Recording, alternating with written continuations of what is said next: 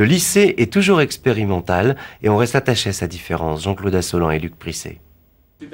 Cours de maths, classe de première littéraire. Les élèves planchent sur le sujet proposé par le professeur, moyenne et médiane. Contrairement à l'enseignement traditionnel, un travail collectif précède le cours, un cours auquel tous les élèves sont associés.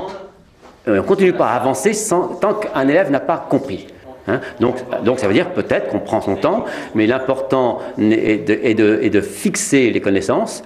Tant pis si en gros on ne fera pas tout le programme, ou si on ne fixe pas tout, vaut mieux savoir très bien 80% du programme qu'un petit peu 100%.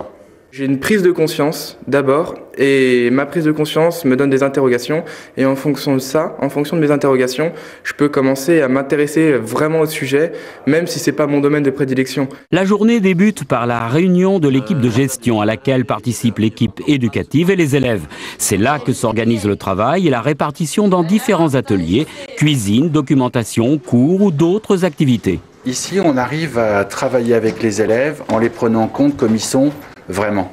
On part de là où ils en sont et puis on essaye après de construire avec eux un chemin. Ce qui suppose parfois au départ de sortir d'une illusion qu'ils ont d'être en première ou en terminale, etc. Je pense qu'on a déjà, en sortant d'ici, on a déjà un bagage, une assurance. Une assurance ne serait-ce que dans le droit de parole qu'on ne nous enseigne pas forcément dans le système éducatif traditionnel, de savoir prendre la parole, d'aller vers les autres, de prendre des responsabilités.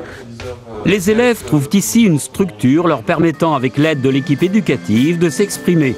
C'est le lycée qui s'adapte à leurs espérances et à leurs angoisses. Le bac n'est pas forcément une finalité.